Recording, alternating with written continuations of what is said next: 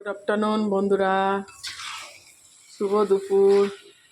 দেখো পালং শাকের চচ্চড়ি করছি। পালং শাকে দিয়েছি মূলো, গাজর, তারপরে রাঙালু, বেগুন, টমেটো, আর হচ্ছে এই আমার হাতে দেওয়া বড়ি।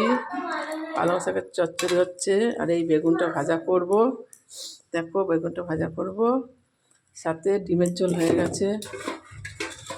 আমার ডিমের ঝোল হয়েছে, আজকে ডাল হয়নি। আর এই টমেটোর চাটনি, আর এই শাক হচ্ছে, আবার ধনে পাতা দিয়ে নামিয়ে নেবো। আর বেগুনটা ভাজবো। আর বেশি কিছু হয়নি, হয়ে এসছে। আর শাকটা নামিয়ে নিই, বেগুনটা কেটে নিই, বেগুনটা ভাজা করব, তাহলেই হয়ে যাবে আজকে আমার দুপুরের সব মেনু। আবার আজকে রাত্রিবেলা আমি বানাবো, সরু চাকলি বানাবো।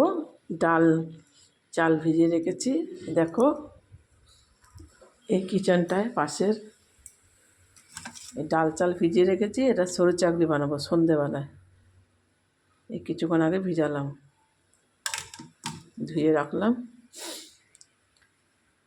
সন্ধ্যাবেলা যেমন সরু চাকলি করবো বন্ধুরা, তোমাদের দেখাবো, ঠিক আছে? এখন আমি শাকটা নামিয়ে নিই।